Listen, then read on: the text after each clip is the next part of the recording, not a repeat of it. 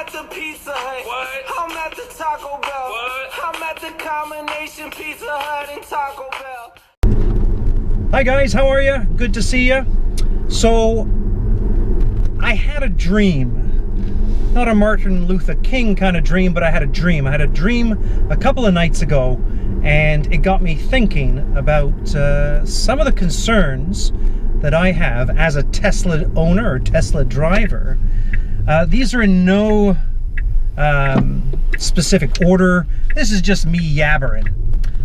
The first concern I have, now that the Model 3 is becoming more popular in Canada, is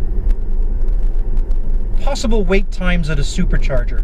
Now there is my entitlement as a Model S driver. How dare you? However, it's real. I think it's great that Model 3s, there's hundreds of them being delivered in Vancouver every day. I think it's fantastic that they choose the supercharger, because if I was a Model 3 owner, I'd probably supercharge because it's fast, extremely fast. You have to pay, but it's not that expensive, not crazy expensive to fill her up. So I get it. So one of my concerns as a Tesla owner is, or a Model S owner, is the wait times at the charging stations. It's not a bad thing, but I know that once more and more models are released and they become, you know, so popular, do you think Elon or the team is going to expand the existing? I know in the States right now you can see a whole bunch of the videos saying that they're expanding from a 10 stall to a 20 stall, or you know, an 18 stall to a, I mean, there's a couple of 40 stalls, which is fantastic in America. So I'm wondering if they are going to increase. I like the idea that Model 3s go there, because that at least brings some revenue back into the Tesla coffers for what they're doing out there. So that's my first concern. Not a real concern, but it's a concern. The second concern is the cost of repairs once this vehicle comes out of warranty. So it's kind of like a catch-22. I'm hoping that it lasts a very long time, and I'm hoping slash gonna assume that the more vehicles that are being built, the more parts are going to be readily available, and therefore they're hopefully going to come down in price. So I have the 85D, so I have the dual motors. What if one of them goes tits up? What is the cost of that? Well, the cost of that now is pretty dear, but say if in, you know, 5 or 6 years, when, you know, he has a whole factory just for motors, will the price come down? So that's concern number 2, is the price of parts once it comes out of warranty. Number 3 is any kind of damage to the vehicle. Any kind. We're talking either a door ding, we're talking someone accidentally, you know, backing into your bumper, your quarter panel, something that could be this big, or, you know, a nasty accident. I'm actually more afraid of a sort of a middle of the road accident, because from what I hear, they just write the vehicle off like that. You know, it has, say, $20,000 damage or $30,000 damage. They're just going to write it off. Screw it, they'll just give it a check, and then, you know, you have to go through the process of trying to find one like it. And I love this car. I don't want anything nasty to happen to it. So any kind of damage I'm really worried about. Not only for the write-off, even the fender bender or a little scrape on someone back.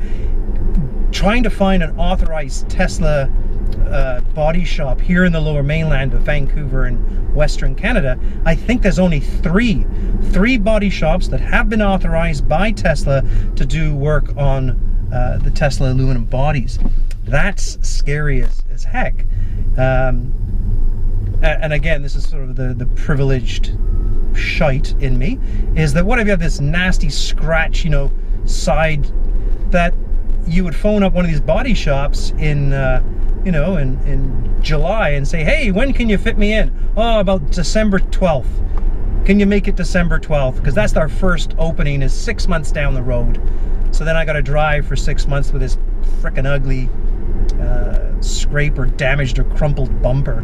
I mean, that's just, you know, the privilege in me, or the, you know, the whatever. But any other vehicle, you know, you can probably get into a body shop within a week and it'd come out within 2 weeks. So that's number three. Number three, I think it is, yeah. Number 4 is, and this is what my dream was on, because that night I guess I had seen a news footage of somebody leaving their kids in the parking lot in their car, and then some crazy person comes along, not crazy person, some concerned person comes along, smashes the window, calls 911. My God, the poor babies. I get that, that's very real. However, Teslas have the ability to keep the climate on when you're out of the vehicle.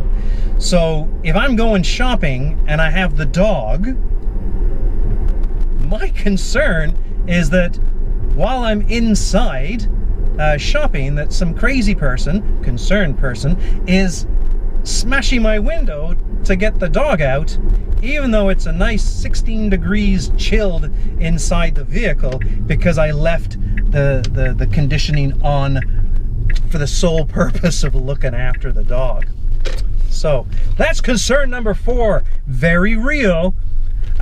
Concern number 5 is the cost and the look of the Model Y. Now, why is it a concern? So it's a concern because a friend of mine wants a Tesla, and there's no way that she or we or whatever can either afford a Model S, which she doesn't like. She thinks it's a big boat. She loves the Model X because of the gull-wing doors. A Model X, you don't have any pre-owned ones in Canada yet because they're so new onto the market, you know, a couple of years ago, that the lease returns haven't made their way into the inventory. And even when they are in the inventory, they'll still be about 100 grand for a pre-owned. And she just loves the gull-wing doors. And I'm trying to explain to her is that when you're out of warranty, the cost to repair those gull-wing doors is just going to be astronomical, ridiculous. It's got to be thousands of dollars if one of the, you know, the pistons or the struts or the whatever goes. I don't. So my concern is what is the price of the Y? Because I think that the Y is gonna be in there. I'd like to think about 70,000 Canadian. Now 70,000 Canadian, even though it's a ridiculous amount of money, which is like $45,000 American, it's more realistic or more achievable or more reachable through financing and, you know, selling your kidney to Tesla or the bank. It's more reachable than an X or an S would be. So there is my 5 concerns as a Tesla owner. All right. Talk to you soon. Bye.